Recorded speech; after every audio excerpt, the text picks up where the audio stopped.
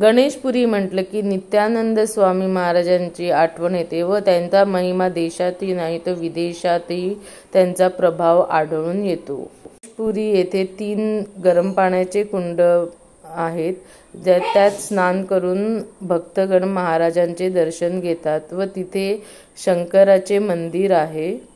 हिमालयात व काशी येथे अनेक वर्ष घालवल्यानंतर ते विरार वसईमधील गणेशपुरी येथे भीमेश्वर शंकर मंदिराजवळ राहू लागले.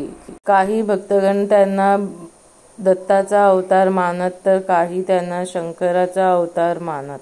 आजही अनेक तपस्वी गणेशपुरी येथील मंदाग्नी पर्वताजवळ तप करताना पाहायला मिळतात. आपल्या शरीर त्यागाची तयारी नित्यानंद महाराजांनी केली व त्याने पाण्याच्याही घोटाला स्पर्श केला नाही.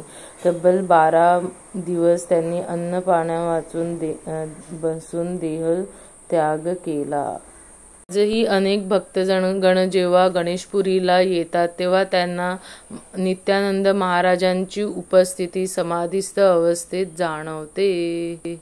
जून-जुलैच्या सुमारास गुरुपौर्णिमेच्या दिवशी गणेशपुरी येथे मोठा उत्सव साजरा केला जातो. तसेच येथे त्यांचे सर्व फोटो हे संग्रहित केलेले आहेत व त्यांच्या सर्व वस्तूही संग्रहित करून एका आश्रमात व्यवस्थित ठेवलेल्या आहेत.